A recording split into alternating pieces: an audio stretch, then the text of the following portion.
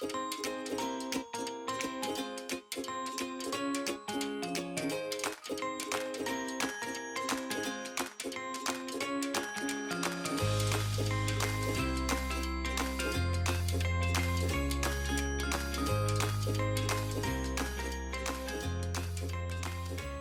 and welcome to What Is My Podcast About? This is a podcast where we sit down and discuss random topics to see if we can find out just what our episode or podcast in general is about. Today, my name is Keith Ramsey and I'm joined as always by Peter Akerley. Hello. And Matthew Grace. Hello. So, we have an interesting episode for today. I don't think anyone has figured it out. We were real subtle with the hints we gave last episode. We were told we had to give some hints into what we were doing to make it seem like we have some idea of what we're doing. Yeah, to clarify, we're not just coming up with these off the cuff. There's a little bit of planning that goes into these, and it was suggested that we kind of hint, but I think we managed to fly the hint nicely. Because, I think we were a little too subtle with the hint. I think we should be a little bit more. We were still trying to decide between two different topics at the time. Now, to be fair, for those of you who didn't catch what the hint was, if you notice, if you speed up the episode fast enough, it sounds like we say wizard over and over again throughout the whole episode. Yeah, if you played the video or the podcast at 2.5 times speed, we just say wizard repeatedly. Now, in the meantime, before we get into our topic, there are a few things I'd like to discuss. A few things got announced, came out. One thing I'm pretty excited for is Deadly Premonition is getting a Switch release and a sequel. So a very good cult game that doesn't get a lot of popularity. I played it when it originally came out. I bought the god-awful PC port when it came out. Because I use a controller for when I want to play it because I already know to play the game with the controller. But for some reason, the controller doesn't accept any inputs. So when you go right, the camera goes up. Oh. And you try to fix as best you can. So you have to fiddle with the inputs to make it that whenever I go right, it's going to go up. But instead it wants to go right because I changed it to go right. Yeah. And there's a sequel coming that's supposed to take place in two different times. Ooh. And jump back and forth between Francis York Morgan and the new character. In other game news, this happened recently, but Overwatch 2 is happening. Yeah, this almost to me obviously this has been in the works for a while and we're just hearing about it now. But it seems very fortunate timing on their part that League of Legends just came out and said they're essentially releasing one of every type of game, and that essentially they're doing their own version of Overwatch with League heroes.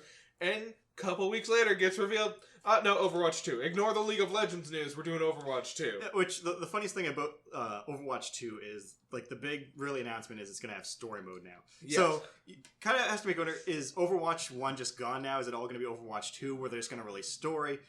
And story-wise, Overwatch 1, even though the game was out for so long and played for so long before Overwatch 2 came out, nothing really happened to Overwatch 1. Literally, the story of Overwatch 1 is probably a couple of days of just all the characters being activated by Winston. Yes. Because in the trailer for Overwatch 2, it's the characters actually meeting each other and establishing the base Overwatch team moving forward. Yeah, the Overwatch 1 has a huge amount of story and lore, but none of it takes place within the game. It's all from different comic books or stories you can read in other sources about this whole world where it's being protected by a group of heroes called the Overwatch, and then the Overwatch breaks up because of infighting. And Overwatch 2 seems to be the reformation of Overwatch, but yeah, there's no real story to Overwatch 1. I am super excited for the story mode because when the first Overwatch came out, I played the beta. I thoroughly enjoyed it, so I pre-ordered the game. As soon as I got it, I played it for maybe 20 minutes, then never touched the game again. I played it quite extensively myself, but I did fall off of it eventually. I suspect Overwatch 2 is going to be a lot like Halo in that it's got this massive story that everyone loves playing through, but most people are going to end up playing it for the PvP. And is it going to be just, the straight story from release, from start to end of what happens in the campaign? Or are they going to have, possibly, moving forward, a living game that's going to have story updates going forward? It will have an end eventually, but it's to accommodate for characters being introduced down the line. I'm imagining it'll be more episodic in that sense. I like the idea of it being a self-contained story in the campaign for now. And then they have, with each new character they release, they also do, story DLC, which increases the story to kind of tell their tale as well.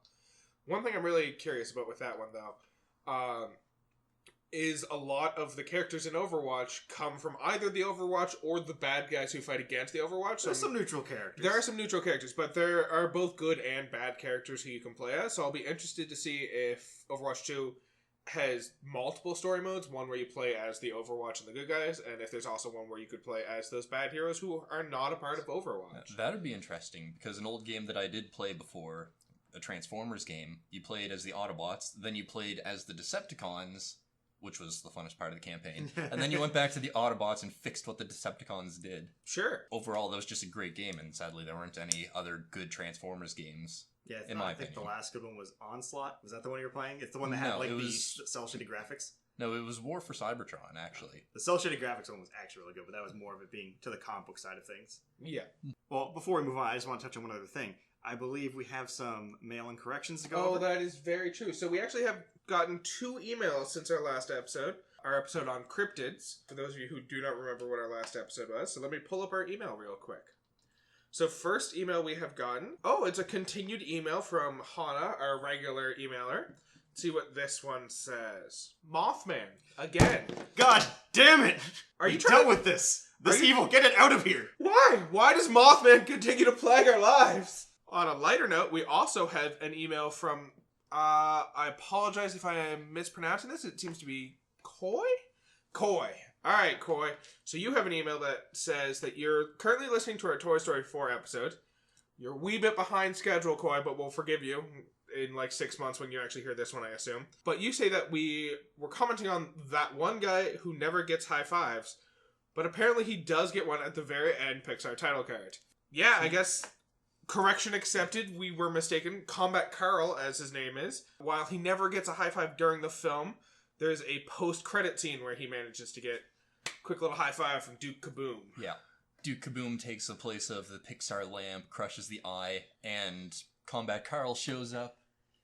Duke Kaboom just holds up his hand, and Carl is all too excited. Which, to be fair, up to this point, I felt sad for Combat Carl, but he's just like, they're high-fiving over murder right there. Yeah. There's no way around it. That's a murder. Also, let's throw in a little thing. We've all acknowledged right now how Koi was right to call us out for being wrong. Let's now take a second to comment on the fact that post-credit end title cards are not a part of the film. We were right when he said he does not get a high five. Yeah. I mean, post-credit scenes are never considered canon. It wasn't so much he got a high five, more so that he got an accomplice to murder. Exactly. So, thank you very much for participating in the conversation, Koi. You're wrong. I assume you're also a very handsome individual, but you're also wrong. Just accept that fact and move on. It's just a shame you won't hear this for like 3 months if he's going at the rate he's going currently. Speaking of which, Happy Chinese New Year. Well, getting into the meat of things now. Obviously, our episode for today, we're going over Harry Potter. We're sticking primarily to the original story, the original books, the Legend of Harry Potter and such. Yeah, the actual Harry Potter story, not the whole Wizarding World story. We might end up touching a little bit on the Fantastic Beasts and Where to Find Them saga, but we're not going to be focusing on that. We also might touch on the abomination that was the Cursed Child, but we're going to try not to because it'll make me sad the more I think about it. Now, before we get into the topic, there's something I want to go over. There is the Pottermore... well, it's not Pottermore. Oh, it's Wizarding World now. Yeah. But the tasks that you can find out which house, wand, Patronus, all that stuff. I'm curious to see what you guys are going into this. To get, like, a feel for your opinions on things. I'm going to be real interested if we got the same for multiple of these quizzes, and then it's just going to invalidate this entire podcast because we're all going to be talking from the same perspective. Well, first, let's start with the big one. What's your house? Matt? Alright, my house is Hufflepuff. Okay, so we're not all the same. I am a Ravenclaw. Oh, lucky. Oh, I'm Hufflepuff all the way. Alright, there we go. Okay. I can see I'm outnumbered, and we'll prove you guys wrong repeatedly over the course of this podcast. Well, I just want to preface this with, never been an evil wizard in Hufflepuff. True. I just want to preface this with, there's only ever been one evil wizard in Ravenclaw, and he had Voldemort's face coming out the back of his head, and he does not fucking count. I don't know, for sure he counts. And, Quirrell's a piece of shit. I accept that fact. And then for the next one, the Patronus is another quest that you get. Yep. Yep, my Patronus was the St. Bernard dog. Ooh, I had a fox. Oh. I had a husky. Ooh. Oh. Which is also funny when you consider the school I went to. Very true. School we went to. Matt did not go to the same school, but Matt hung out at the school to do D&D and nerdy shit like that. All right. Now the most important question of all: who has the longest wand? Okay, so my wand is 12 1/4. Mine is 13 3/4 Damn it. inches. What do you got, Matt? 11 3/4. Awesome, I have one just described as slightly springy with unicorn hair. Mine's ebony wood with unicorn hair core, and it's supple and flexible. Wait, so to clarify, you have an ebony wand that's 12 1/4 inches long and supple? And flexible. Don't forget the flexible. And flexible. Oh, that's phenomenal. Thank you very much, J.K. Rowling, for allowing me to know this information about my friends. How would you describe your one, Matt? Slightly springy flexibility. And made of what type of wood? Larch wood with unicorn hair core. What was your core again, Keith? Unicorn hair. Okay, so we all have unicorn hair wands. That's fascinating. All right. And also mine was rowan wood for anyone who is interested in that information. Size isn't everything, guys. It's not the size of the wand, it's the magic it casts. I mean, I guess that's true. Fair enough. And I've got the flexibility to cast anything. So now that we all have that out of the way, we kind of get Now an that idea we've had our discussion about our wands, we kinda have had an a idea literal of- wand measuring contest. where we'll stand on some things moving forward. So the Harry Potter series, obviously, it's the 7-book series. We got Sorcerer, Philosopher's Stone, depending on where you're from. This is kind of the introduction to the world. We find out about Hogwarts, wizards, just kind of what they do. It's relatively light. It's got your standard children's book, kind of like the bad guy who's doing what. Yeah. Then we get into Chamber of Secrets, which the second part adds in a bit more of the dark turns. We get our first introduction to a Horcrux in this one, though we don't know this until much later. Yeah, we don't find out for 3 more books that is what we saw. Yeah. This is where the world starts taking more of the darker turn, and we can start seeing the effects of Voldemort and the bigger things at play. Yeah. And that's a little bit I want to touch on, the transition from the second movie to the third movie. Well, the movie in general, for this particular topic anyway. Yeah, between the 3rd and 4th year is when... second and third year is when it started to take a much darker turn. Yeah, because with that one, then it's Prisoner of Azkaban. That's where I feel like the darkness of the world kind of starts showing itself, because at first it's, Sirius Black, he's the bad guy and all that stuff, and then we find out he's been in Azkaban for years for something he didn't do. He's been falsely imprisoned, yeah. And you can see, there's corruption in this world, too, and all that. And then my personal favorite of the story, Goblet of Fire, is next. This is just kind of showing there's other schools, I guess, is the biggest thing that come out of this one, and also the resurrection of Voldemort. Yeah, I think that's the main point of this one, is kind of the plot of something's clearly going on. Harry's being kind of a lot the same way Sirius Black was kind of framed for stuff he didn't do. Harry's also being framed for stuff he didn't do. Yeah. Although a lot less seriously, instead of being framed for murder, he's being framed for wanting to participate in a death tournament. Yeah. And then Order of the Phoenix is the next one. This is where it's a lot of the fallout from what happened before. Is Voldemort back is the big discussion, and Harry becomes kind of a whiny bitch. Yeah, no one enjoys Harry during this book. Yeah, not at all. And then finally we move into the Half-Blood Prince. This is where the hat drops, essentially. Everything goes to shit. Harry almost kills someone. It's where we find out Harry almost kills Harry kills a lot of people up to this point. What are you talking about? And then finally, the Deathly Hallows, which for the movies was split into 2 parts, which is the ultimate, we gotta hunt down all the Horcruxes, get rid of them, and kill Voldemort. Yeah, it's no longer focused on the school, it's now focused on the actual battle versus he who must not be named. Which, for Voldemort, those who... you pansy.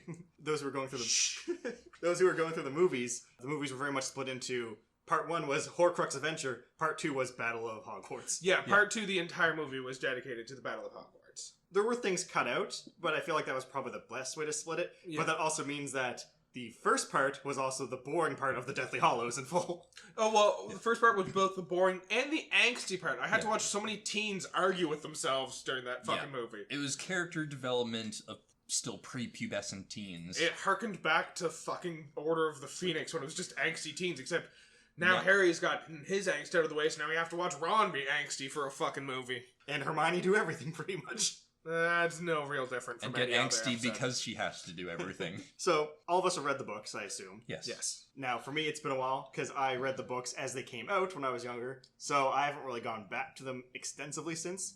So, my more fresher memories, which to get ready for this episode, I did some watching the movies over again. Yeah, so I've watched the movies multiple times, read the books multiple times as well.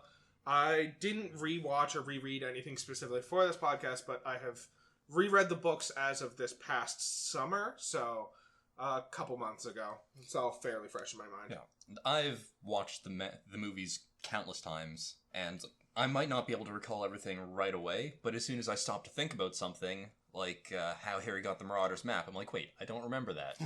Oh yeah, now I do.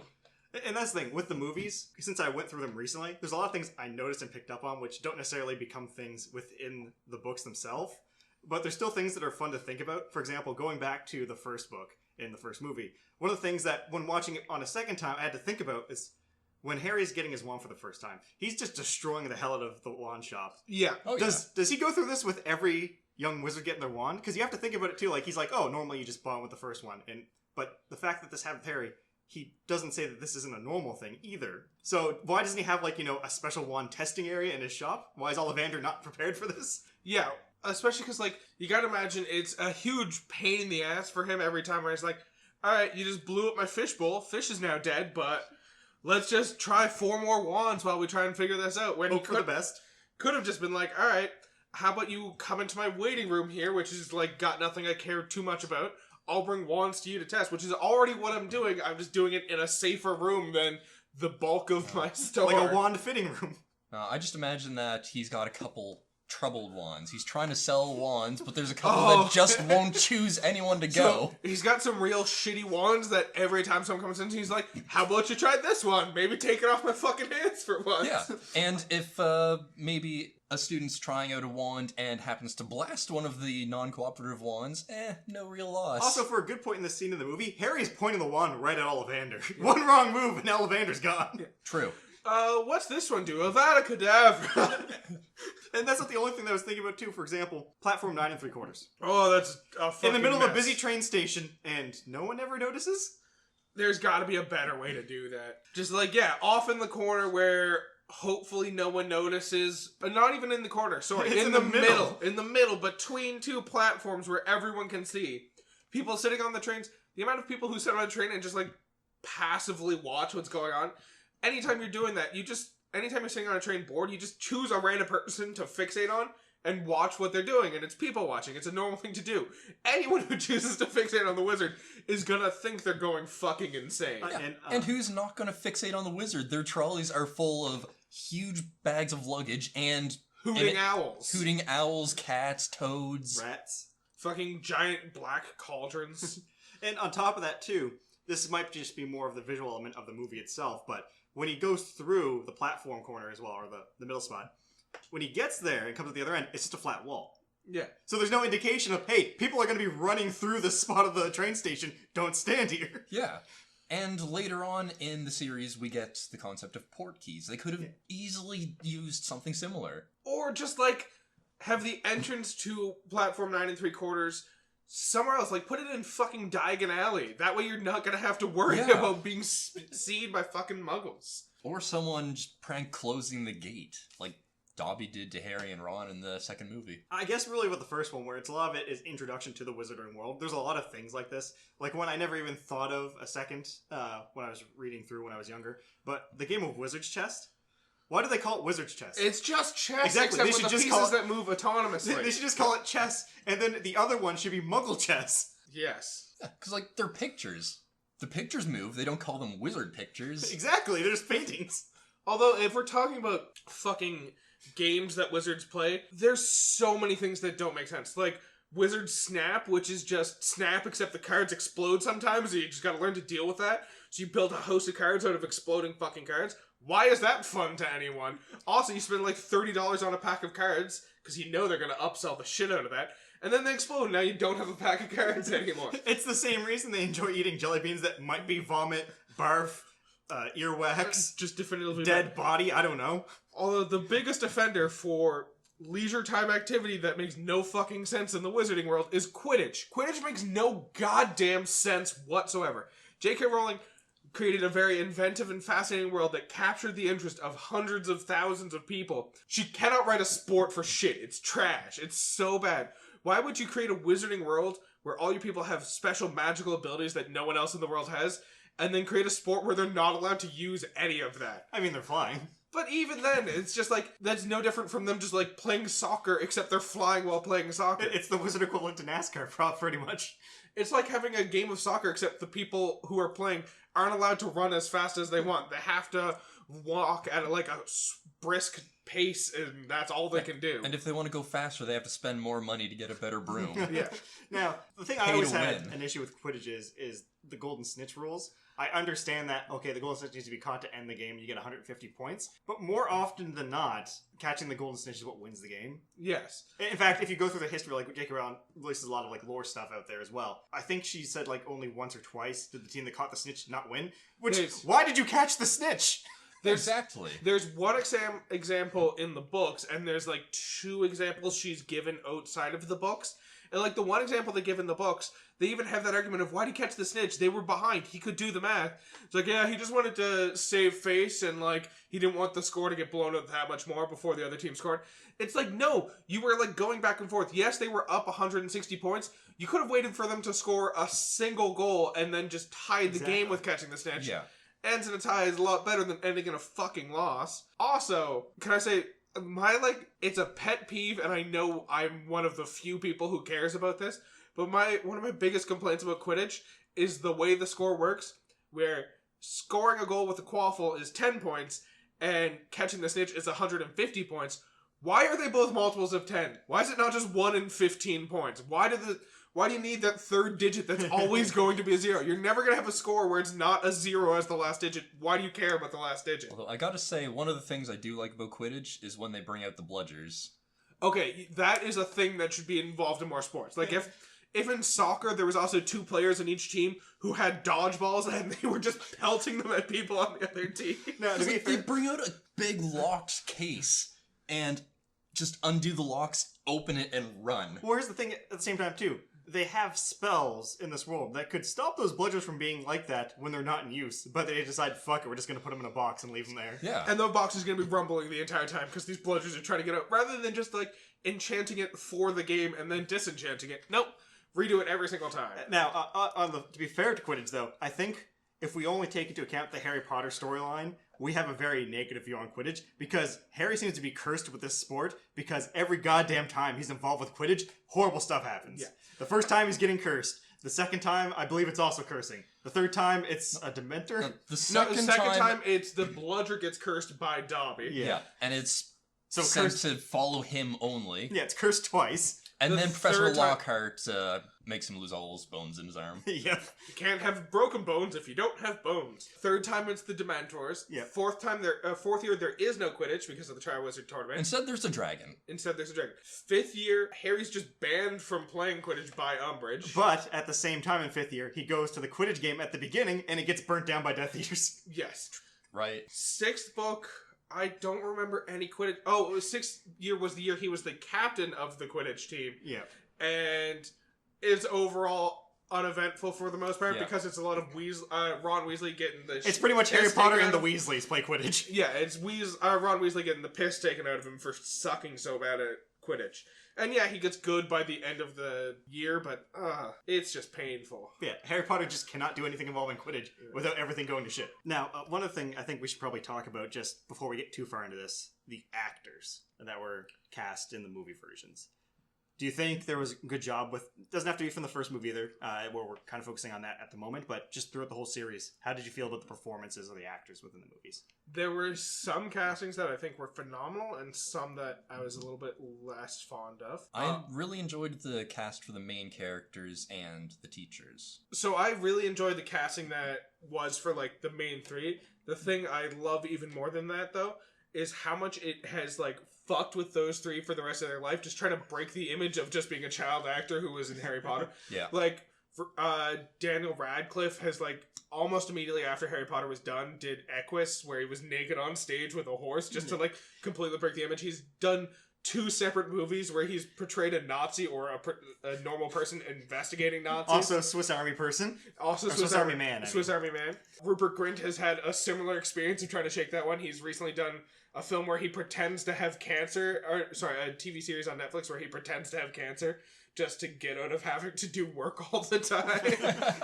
And then Emma Watson has tried just to walk away from movies altogether and become a political activist. And it's just funny watching these 3 people just try and completely change their image from who they were. I mean, to be fair though, Daniel Radcliffe was also come out saying, he's like, I'm not going to actively try to get away from being Harry Potter, because like that was a big role, but he's not stopping it from letting him try to do other things. Fair. And I think most actors eventually do come back to that point where he seems to have just hit it earlier. Another big example is Mark Hamill. Mark Hamill tried as hard as he could not to get typecast with the Luke Skywalker role. But eventually he just kind of like went into it. He's like, yeah, I'm Luke Skywalker and the Joker. Okay. Yeah. Yeah.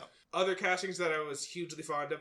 I think the Fred and George casting were phenomenal. Definitely. I think they were spectacular. They were my favorite characters over the entire series. Oh yeah, even in the books they were my favorite. But yes, the actors themselves were phenomenal in those roles. And back to that card thing, that's why Fred and George are so popular, because they went into selling that kind of product. Oh, Exploding Snap. Yeah. I forgot what you were harkening back to. Yes, Yeah. me talking about Exploding Snap. We also have other casting. Snape, McGonagall are two big ones Yes. that did really well. Now, to be fair, I didn't look into this. I don't know if it was recasting or they just got someone better at prosthetics, but Flitwick. Flitwick in the first two movies looks horrible. It's He a does. different casting, I'm pretty sure. Goes from Warwick Davis to someone else. I could be getting that wrong, and it might have gone to Warwick Davis. Yeah, because in the first few movies, Flitwick is just like this horrible like face mask that's like just kind of blotched onto him, and he looks horrible. But then in the later movies, Flitwick actually looks like what you'd expect Flitwick to look like. I mean, and Hagrid, he was just exactly as I pictured him when I was reading the Oh, books. definitely. Is there anyone who stuck out as being a bad casting to you? For bad casting, I can't say there's something that sticks out in my mind as being bad in casting, but there are some ones that are just like amazing in casting. Yeah. Not necessarily in how they perform, but just how well they got into the character. For example, Moaning Myrtle is actually played by a 30-year-old woman at the time. Yeah. Yeah. I'm a big fan of Gilderoy Lockhart. I think he did that was spectacular great. in that role. One casting that I wasn't hugely fond of was Barty Crouch Jr. I found like Oh, yeah. I found Now, he was not. Was that because you were distracted by the fact it was David Tennant, who was popular at this time? No, so I wasn't even fan of David Tennant as a person going into it. I kind of discovered him as his role. Yeah, I didn't even know who he was. It was mostly that fucking tongue thing he kept doing in character that The tongue thing I was fine with, but it was more his appearance. He looked too, like, clean and upstanding to be the villain, I guess, if that makes sense. David Tennant just wasn't my favorite casting for Barty Crouch. That's fair. Now, I will preface by saying David Tennant is actually amazing at playing Oh. villains. Oh, yeah, And he he's doesn't get enough phenomenal. credit for that. What is it? Purple Man from Jessica Jones. He was Yeah. phenomenal at. David Tennant's just really good at playing crazy. I think Yeah. he might have just over-crazed it a bit with this one, Yeah. though. Another. Snape is another big one we have. Alan Rickman's phenomenal. Now, one thing I gotta point out, because I do enjoy this, and it's throughout the first couple of movies, Snape comes off to me, through the acting alone, as not being menacing or evil, but socially awkward, that he doesn't know how to relate to people, and that's Yeah, how most yeah. of the scenes go. Like, for example, when Harry has his first Quidditch game, he walks up to him and it's like, be careful, Mr. Potter. It would be horrible if something happened to you. And they're just standing there looking at each other, and he's like, but Slytherin will win. And he just walks off. Yeah. But then when you actually learn about his past in the later books and movies, and you think back to his interactions with Harry in the past, it does make sense. Because, like, he was the awkward student back in school, and he was picked on by Harry's father. Yeah. He hates Harry's father, so he's... I mean, to be True. fair, James Potter was an asshole. True. James but Potter he's- was a fucking But dick. because of that, he's inclined to, at first, hate Harry even more. Oh yeah, well So- that even gets revealed too, is because Harry looks more like James, just only the eyes that he has from Lily. And Yeah. at the same time, he has James's attitude. Yes. To be fair, Alan Rickman did several interviews where he was talking about the role of Snape and how he initially didn't want to do the role of Snape, and then he had a private sit-down meeting with J.K. Rowling where she kind of outlined the future of the character, and that was kind of what made him realize, oh, this is the kind of character who I can actually enjoy playing. And so he agreed to actually play the role of Snape after hearing a bit about the future, which is why his acting seems very well informed from the beginning. Because at first, he just seems like a very two-dimensional character. Okay, he's very cynical and hates Harry. Also, but that being said, I'm not sure how much I buy that. Not that J.K. Rowling would tell Alan Rickman the future of Snape when I think only the third book was out at the time of the Yeah, first and movie. the whole rumor that he knew the ending of Snape's character and the twist, that was already proven that it wasn't true. Yes, he because- admitted that he's like, yeah, J.K. Rowling never told me that. Yeah, She gave me an idea of what I should feel as the character, but nothing beyond that. yes, because beyond anything else, J.K. Rowling didn't even know that back then. Yeah, no. It's very clear reading the books. She had no fucking clue where it was going in the beginning. She had a basic idea Yeah. of this is where I want it to go. Oh yeah, I would definitely say she had ideas because, again, where I watched all the movies back to back over the last week or so. There's a lot of foreshadowing and continuity things that are really hard to like notice when you're watching that far apart. For example, one thing I caught really quickly, the conductor at the train station every year is the same actor. It's the same guy in all of it. So there's nice little continuity that wasn't actually needed. At the same time, there's a lot of like little neat things that happen here and there, like just foreshadowing and stuff. For example, Quirrell, throughout the whole first movie, just refuses to get in any physical contact with Harry actively. Snape, throughout most of it, it's pretty obvious he's not the bad guy. Even I'll admit, when I was reading through it, everyone who started off assumed Snape was bad for at least the first 2 books. But then after that, I never suspected Snape for anything. No. The first 2-ish books, it still seems like Snape's clearly got some sort of troubled past, and he's clearly a problem, and why is he employed at Hogwarts? And then, like, by the 3rd book, it's just very clear that Snape's actually a good guy, and it's weird that people continue to not trust Snape. Well, the thing I always found funny to the end of it, too, is you can make the argument either way that Snape could be bad or good up till the end of Half-Blood Prince. Yes. But people still had an issue that, Snape's evil after that, when Snape could have easily killed Harry Potter multiple times up to this point and never acted on any of it. Yeah. You even, like, have the one that people always point to is, like, his interview, or the conversation you hear him having with Narcissa Malfoy at the beginning of the Half-Blood Prince, where he's talking, or Narcissa Malfoy and Bellatrix Lestrange, where he's talking about how he's always been on the Dark Lord's side, and here's his proof. They're like, why didn't you kill Harry Potter? And he's like, I was working at a school underneath Dumbledore. It'd be very dumb of me. And people are always like, see that right there? He's been cleverly playing everyone the whole time. It's like, no, he's cleverly playing Bellatrix Lestrange like a fucking fiddle right now. That is what's going on. Which, on another point, Bellatrix is probably the most dangerous character in the series, even more so than Voldemort, because Voldemort has the point in the story where every interaction he has with Harry, he loses. There's not like a break even, he loses multiple times. Bellatrix always breaks even at the very least. For example, when they get out from the Malfoy Mansion, she kills Dobby. When they have their fights, like every fight before that, they have to run from her. She never gets beat. They run from her. When they're fighting in the Ministry in the 3rd movie and the 3rd book, when the Death Eaters are retreating, she fires one last spell and kills Sirius Black. Yeah. That's even before they start retreating. She kills Sirius Black, then Dumbledore arrives, and that's what causes everyone to retreat. And even then, she, like, stands by Voldemort's side while he's fighting until the very last second, and then she's like, oh, nope, I'm gonna get out of here now, because this is clearly gonna go either way. Yeah, there's definitely the point in the series, like, I think Bellatrix is scarier than Voldemort. Yes, because Voldemort, sure, he's the more evil villain, but he has a plan, he's logical. Bellatrix is not logical, she's just downright insane and crazy, and you cannot predict what she's going to do. Also, more to Keith's point, Bellatrix killed way more characters that we actually care about than fucking Voldemort ever did. The only, like, characters that we actually see Voldemort kill, the old man from the beginning of Book 5. Yeah. The old man from the beginning of the Triwizard Tournament, the Goblet of Fire. That other guy that sells wands. The guy who sells wands. Flashback. Gregorovich. Yeah. Cedric and Bertha Jorkins, maybe, but I think that's also heavily implied that it was actually Wormtail who actually killed made the final blow. I mean, I guess we also have to say he does kill Mr. and Mrs. Potter. But we only see his hand in a flashback pointed at Harry. That one I'm not even willing to count. We weren't emotionally invested at that point. No. Yeah. So really the ones we see him kill are 3 characters we don't care about and Cedric Diggory. Bellatrix caused me so much emotional trauma. She killed fucking Dobby, which in the movies had no emotional payoff because they didn't build up Dobby as a character. No, he only shows up, I believe, in Prisoner of Azkaban, briefly in Order of the Phoenix or Half-Blood Prince, and then part 1 of Deathly Hallows. Because he was too expensive to animate him into all the movies, so they just didn't put him in. Whereas in the books, he's throughout the entire series, from the 2nd book on until his death. He's just in every book, so his death is way more emotionally impactful. She also kills Sirius Black. She's also responsible for the torture of Neville's parents to just tit for tat with fucking what happened to Harry's parents, who nobody cares about, because, as we've already said, James Potter, kind of a dick. Yep. Yeah, Bellatrix just has so much more emotional impact on the story than fucking Voldemort ever does. Now, I want to briefly go back to actors as well, because we did miss an important casting that we're going to get into a very possibly controversial conversation. Dumbledore. So there's 2 actors. There's 2 Dumbledores. There's the first Dumbledore, and then there's the second Dumbledore after the first Dumbledore dies after the second movie. Yeah. So, was the Dumbledore casting good on both of them? And which one do you think did better for the role of Dumbledore?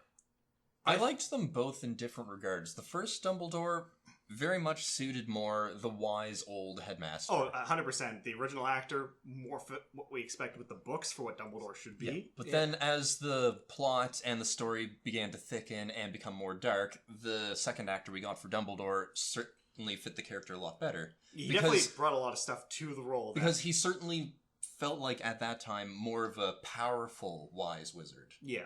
Yeah, from my perspective, the first Dumbledore had a lot better of, like, the professor role down, whereas the second Dumbledore felt more like the kind of wizard who could actually wield magic super powerfully. And who we started to learn was not all that good in his past. Yeah, well, that's the thing. Like, Dumbledore, there's multiple parts to him. There's of course, the wise, caring, professor, fatherly aspect, but then there's also, Dumbledore is also very tactical, and he will make hard decisions, even cold decisions, knowing what needs to be done later on. Yeah. As we know, he knew for the longest time Harry Potter had to die at the end, but he still went down that path. Yeah, knew Harry Potter had to die. Fucking, even Aberforth goes so far as to say, like, don't listen to what Dumbledore tells you, it will only get you killed. He's a cold, calculating man who cares not for the people around him. And, like, Harry's like, you're wrong, he's actually desperately broken up about what happened to you and your sister. But also, like, Aberforth's not entirely wrong. Dumbledore's a very cold, calculating man who does what it takes. So I think both sides of it, they brought very key elements to Dumbledore, but I can see where people would get on either end of it about why one was better than the other, because they didn't have the other element. It's like the Ian McKellen Dumbledore wasn't very kind or caring in most of his performances. It's like that old Peter Parker Spider-Man thing again. Yeah. Like, Tobey Maguire had the good Peter Parker side down, but then the next actor they got had the good Spider-Man side. I'm just going to interject real quick so we don't get hounded on this in emails. Ian McKellen did not play Dumbledore. Ian McKellen was fucking Magneto. He was never Dumbledore. Who is it? No, I did hear that mistake several times before. He was played by Richard Harris and Michael Gambon. Oh, okay. Richard Harris in the first two and Michael Gambon in the later ones. Yeah. Yeah, never Ian McKellen. Just don't send us fucking emails about this. I do not want to hear it. I got him confused with another wizard. This. Fucking Gandalf the Grey. So yeah, I think they were both fantastic. I also think they were better for the movies they had, because the first couple movies, it's a lot more of Dumbledore just kind of quietly providing advice at the end of the movie and never at any other point in time. Yeah. And I cannot picture the second Dumbledore we got saying, alas, earwax. Yeah, no, I can't picture him being the kind of quiet... I can't picture Michael Gambon's being the quiet kind of Dumbledore. Yeah, but I also can't picture the first Dumbledore having that showdown in the Ministry of Magic with Voldemort. Yeah. No, I think they fit very well into the roles that they happen to have. To the point where, like, I know a lot of people, when they first watched the movies, didn't realize Dumbledore changed between movies, and only upon rewatching was like, oh wait, that's a completely different fucking guy. Yeah, it's definitely one of those characters, as I was saying, like, there's so much to him that, with the actors they had, neither one could really portray to the full extent of the character. So I know we said we weren't going to touch on this, but there is a third Dumbledore actor, Jude Law. Now, where does he rank within the Dumbledores? Just briefly talking, I am very impressed with the Jude Law performance of Dumbledore. I think he fits very well into that kind of younger, more tactical Dumbledore. Yeah. Okay, so, do we get all of our actor opinions out of us? Do we have any more we want to touch on? We didn't talk about Malfoy yet. That's true. Like, the actor they chose for him certainly fit the character. The actor was good. The issue with Malfoy, though, especially if you want to talk about the movies, is he didn't actually have that much screen time past the first few. No. He kind of just like Dobby, he kind of disappears through the middle of the story, and then comes back at the end, and we're supposed to have that payoff of him essentially siding with Harry when we didn't have the build-up to it. There's also was, like, several scenes that were cut that, like, there are deleted scenes from Deathly Hallows Part 2 where, like, when Neville first, like, stands up against Voldemort and is fighting against him, he drops his wand at one point, and there's a deleted scene where Malfoy runs over, grabs his wand, and tosses it to Neville to allow him to continue to fight against Voldemort, and it's just like, if that scene had remained in, it wasn't even like a big shot where like they focused on him doing that. It was just kind of like in the background, you can see it doing. That would have been a great scene to keep in. That would have been a great payoff for the Malfoy character, but also I can kind of understand why they cut it, because it feels weird after Malfoy literally just sided with Voldemort to save his own life. Moving into another topic, what I want to go about is the plots of each individual book. There's a lot to go over, but each book focuses on a central story. Yeah. And there's definitely some room for discussion on how effective some of these plots were. For example, to start off with an easy one, getting the Philosopher's Stone from all the traps. Yeah, that was... I enjoyed that one just because it kind of allowed each of the main three to kind of show their strengths, where first... In the book. In the movie, they took out the whole potion aspect. Yeah, I know. I was so annoyed about that. Each of the different tasks in the dungeon was based on each of their professors that they had in that first year. Mm-hmm. They completely neglected Snape's trial, which would have been perfect because at that time they still thought Snape was the one they were chasing through the chambers. Well, they neglected both Snape's trial as well as Quirrell's trial. Like, that was an important thing to note, was Quirrell also created a trial. So, to go back, in the books there was Fluffy the three-headed dog, that was Hagrid. Fluffy. Then there was the herbology teachers. The Devil's Snare. Yeah. Then we go on from that to Flitwick's Flying Keys. Flying Keys to the chess game, which was by McGonagall, transfiguring stuff. From that we go to the next one, which was the giant troll, which was Quirrell's, that got knocked unconscious.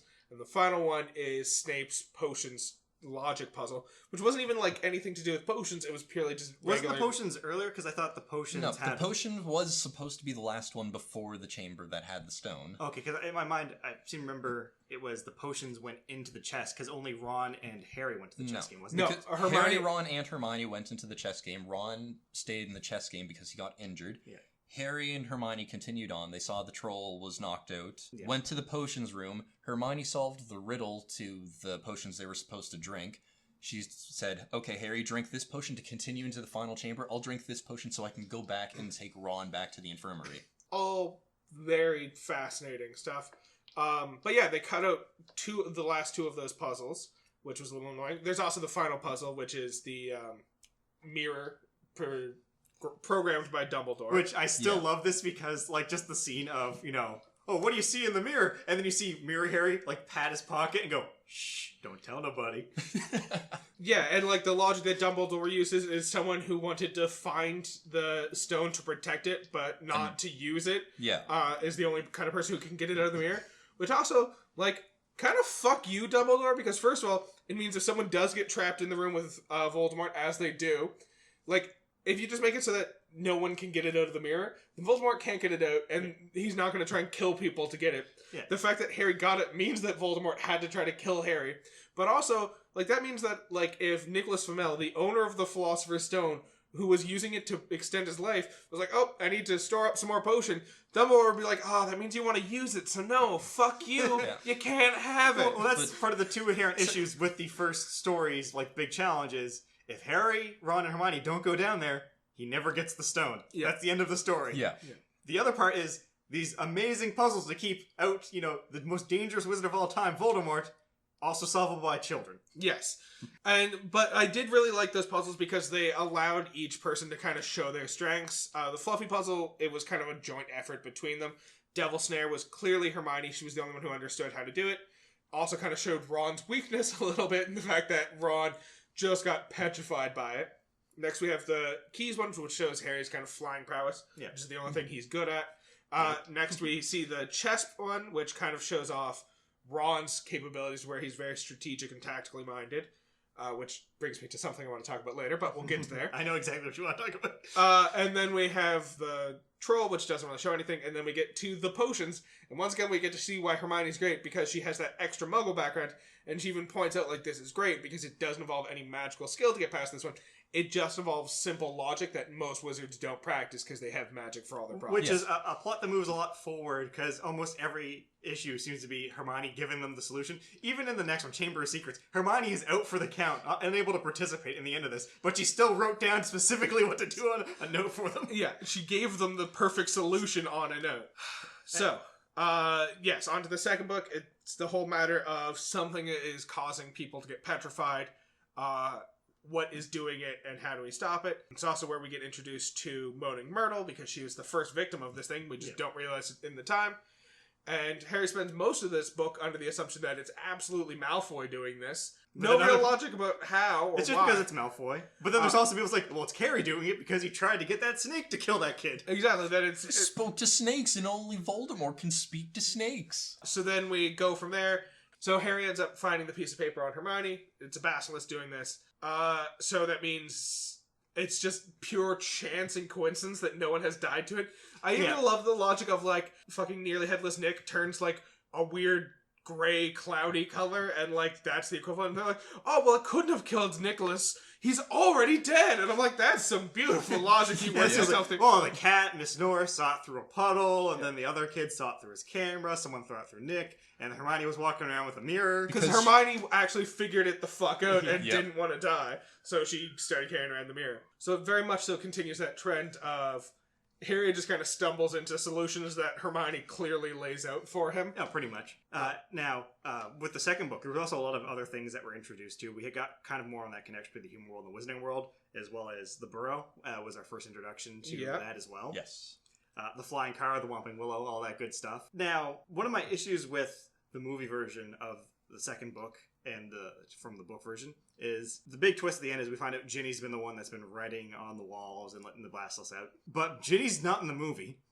Yeah, she's there at the beginning. She gets the journal from Lucius. And then we see her again, like, at the end. At the end. She's not there. And, like, that's one of the really cool parts of the book is, like, you see a Ginny going through this emotional trauma, but, like, you don't really find out any specifics because Ginny's incapable of talking around Harry Potter. Yeah. Because she's so starstruck by him. Was she one of the petrified students also? No, No. she's in the tomb thing because she Right, sacrificed right. herself to save the others, essentially. It's like, take me and close the chamber. Yeah, and Voldemort's like, yeah, absolutely, I'll take you. You're going to be mine now. I'm going to be you, and you're going to be mine. And then us and the giant snake. Tom Marvolo Riddle. I am Lord Voldemort.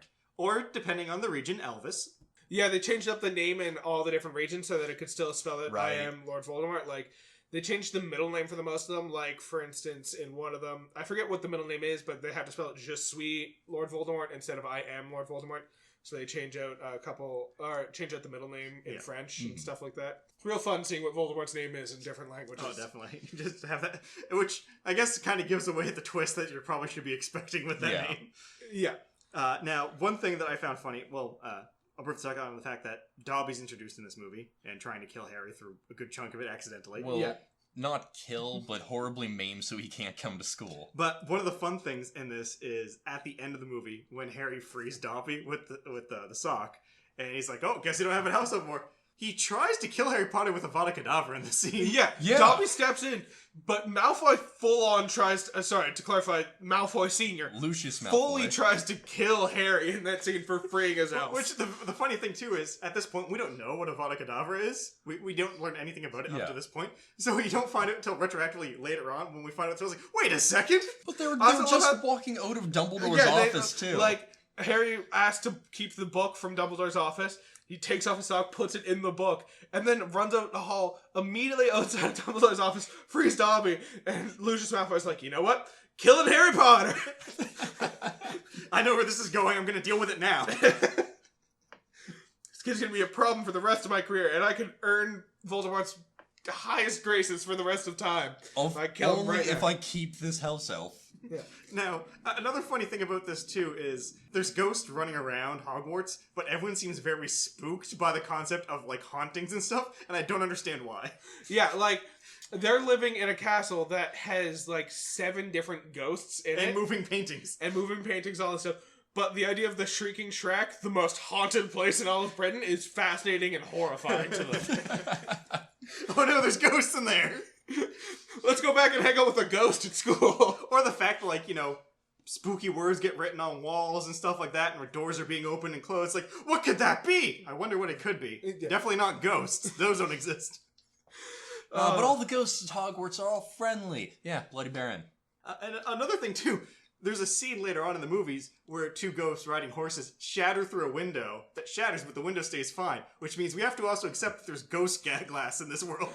I choose to believe that every inch of Hogwarts is both actual physical properties as well as like ghost stone as well. That like ghosts can choose to fuck with or not if they want to.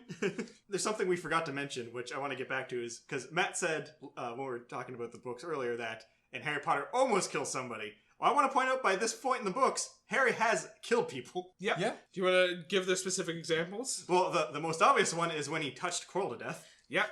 Melted his face right to death. Which, again, Quirrell knew he couldn't touch him, and Harry took full advantage of that fact. Yeah.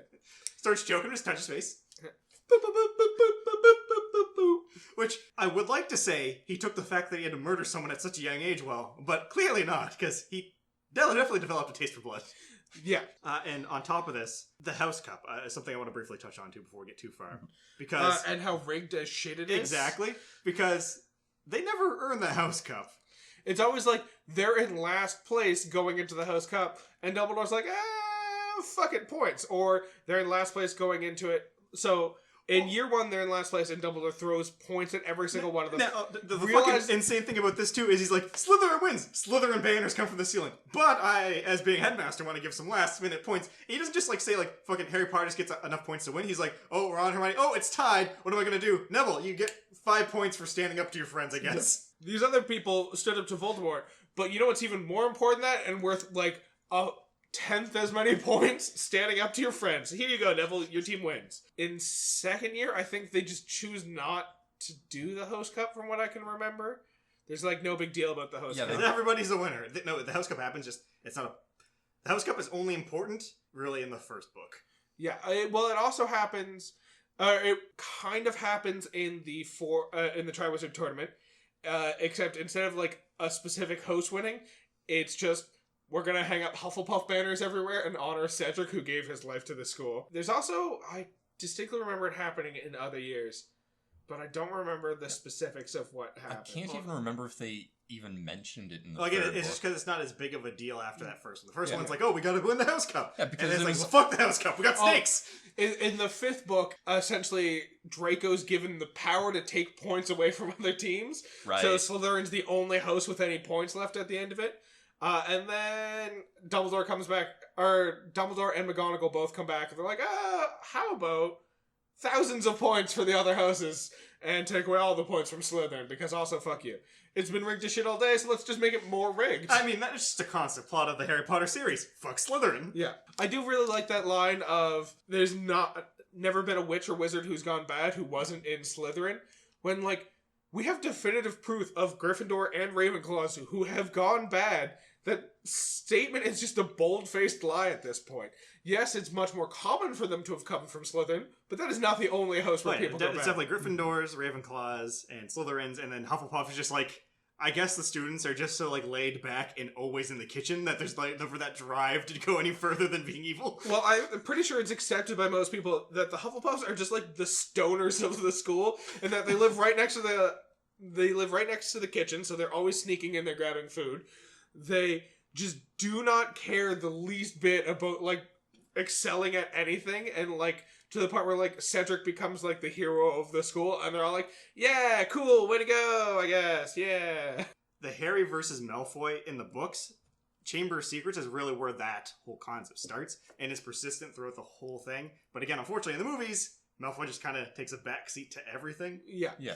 Like, examples of them in Triwizard Tournament, Malfoy is the one who creates the Potter Stinks badges that everyone's wearing that support Cedric and say Potter Stinks, just to, like, have any time Harry's walking around the school while he already feels isolated because Ron's not friends with him, he gets clear signs from everyone else in the school that they do not like him, which he fucking deserves. He's a shitty person.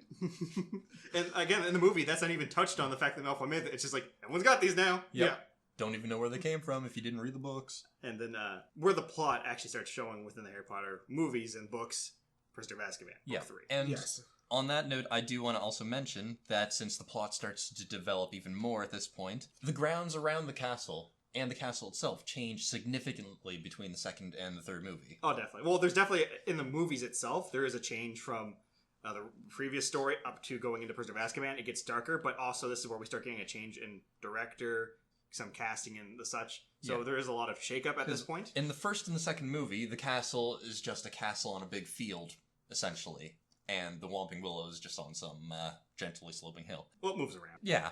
The third movie, all of a sudden it's on these majestic big cliffs, and it's this huge sprawling castle with various turrets and towers, and it just looks all the more impressive. Another thing that also I feel changes this one is, aside from the actor of Dumbledore changing, within the books and the movie, this is where we start getting a lot of Dumbledore being cryptic as hell about everything.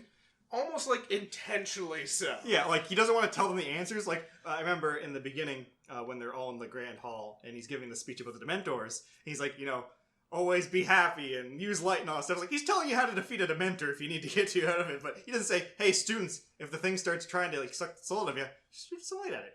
Extract neutronum. Be happy and shoot light. Just hold on to your happy thoughts. Also, the beginning of the movie is Harry also goes after blood again when he murders Marge. Yeah. True. I mean, in the book... She doesn't really die, in the book, she doesn't die. In the movies, it's never touched on again. Actually, I believe when he gets taken to the Ministry after the Night Bus incident, it's kind of like briefly mentioned in the background, they deflated her. Yeah. She was caught on some chimney couple cities over, and they deflated her and wiped her memories. And this is where I realized myself that Harry can never do anything Quidditch-related because of just how things happen. We also get the introduction of Hogsmeade, which Harry Potter can't go to. Yep. But he does anyways.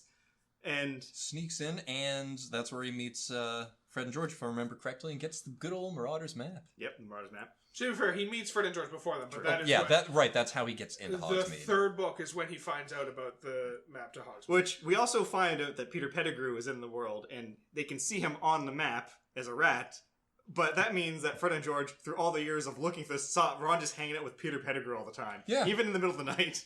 In his bed. We thought it was just a mistake. To be fair, there are a couple things about that. First of all, in the books, it's never once said that Peter Pettigrew appears on the map. Like, that's purely a fabrication of the movie to add a little bit more of a flair to the story. So, there are some fan theories that, like, the Marauders, the old Marauders enchanted the map specifically so that only a Marauder could see a Marauder on the map. So that's why no one ever saw Peter Pettigrew. Because they don't want someone else to use this map to track down where they are when they're out doing nefarious things. There's also the fact that, like, I don't know about you guys, but, like, if I had a map that showed me where everyone was in the world, I would not be watching my brother sleep. No, not at all. And then, additionally, the way the Gryffindor common rooms or the sleeping rooms are set up, it's a fucking tower, so it'd be really hard to tell whether or not it's two people in one bed or two people on different levels directly on top of each other. Fair enough. That, or they just assume Ron's having constant orgies in his bed. That's the Hufflepuff dorm, actually. That's the Hufflepuff dorm. No, my favorite aspect of the map, though, was definitely when Snape tried to reveal its secrets. Yeah, and it's all mind your own goddamn business. Big-nosed freak. Big-nosed, greasy-haired freak. Now, there was a lot of very questionable things I found at this point in the story. For example, the Bogarts. Now, I understand the concept of the Bogarts. Yeah. And, learning how to defeat them. But at the same time, making all of these, 13-year-olds in front of all their friends face their greatest fear, I don't know if it does a lot for you socially in that age. So yeah, to clarify for anyone who somehow doesn't know what a Boggart is, a Boggart is a creature that hides itself in, closets and stuff. No one knows its true form. And when it's presented with a human being, it sees into their mind what their greatest fear is, takes on that form, and fights them that way. So they're fighting fear itself, essentially. I just love how much it's just like, yeah, all right, Neville, what's your greatest fear in the world? The teacher at the school. Everyone immediately laughs when he says that. It's like, yeah, fucking course they do. Why are you forcing him to admit that in front of the whole school? Yeah. Also, quick aside, Ron's fear is, of course, one of the spiders because of the traumatic incident that happened the previous year. Big spider Aragon. And when he does the ridiculous spell on it, it just gets rollerblades. Which, I don't know about you, but that doesn't make it less scary. No. It's still a giant-ass spider, and if it learns how to use those rollerblades, it now moves faster than you. Yeah. There were some other creepy ones, or weird ones. Like, there's the fucking snake that someone turns into a creepy-ass Jack-in-the-Box. I'm like, that does not help! That's so much more creepy! I'd rather take the snake any day. Yeah, because in the movie, Harry even walks up and he's looking up at it, and he's like, okay, my fear just changed. Yeah. It just stays as that for the rest of the movie. Guys, I can't move. It's gonna attack. Now, a bit Harry, of why isn't it changing? This is my fear. She turned it into my fear. I now realize I'm fearful of something. I thought it was going to turn into Voldemort. Nope, this is what it is. Maybe it was. Now it's this. Now that you mention it, the Jack-in-the-Box just turns into a Jack-in-the-Box of Voldemort. But that was also a nice little way to hint at Lupin's transformation into a werewolf. Oh, definitely. Although also, that movie I was quite annoyed with because that was one of the more egregious ones in my mind for shit it took out of the movie. Because there was like huge plot points throughout that movie of like Lupin teaching classes that were just kind of washed away. And it was like, Lupin teaches people how to use the spell Ridiculous.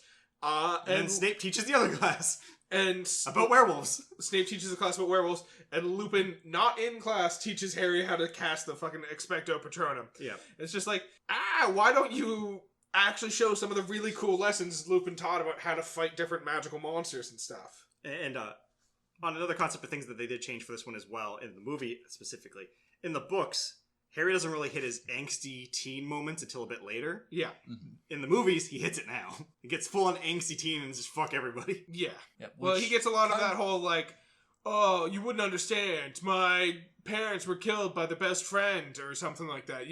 You wouldn't understand what it's like to be me. And whereas, like, in the books, that's, like, an issue for him, but he very quickly moves past it to try and do the right thing. In the movies, they certainly hammer home, like, oh, my parents were killed by their best friend, my uncle is framed for their murder, or my godfather's framed for their murder, and I'm not allowed to go to Hogsmeade with all of you guys.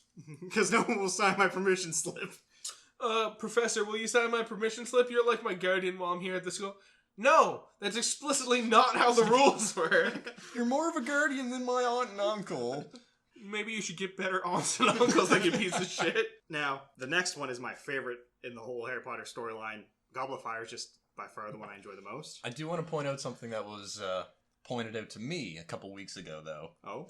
Via a video that was messaged to me. In the book, it's mentioned when Harry's name pops out of the Goblet of Fire that when he's taken aside, Dumbledore calmly approaches him and asks, how did you get your name in the Goblet of Fire? Did you put your Harry in the fire? Harry, did you put your name in the fire? He slams him against the wall. Shakes him, lifts him off his feet. Harry's reaction makes it look like he's a victim of abuse, which I guess technically he is. Yeah.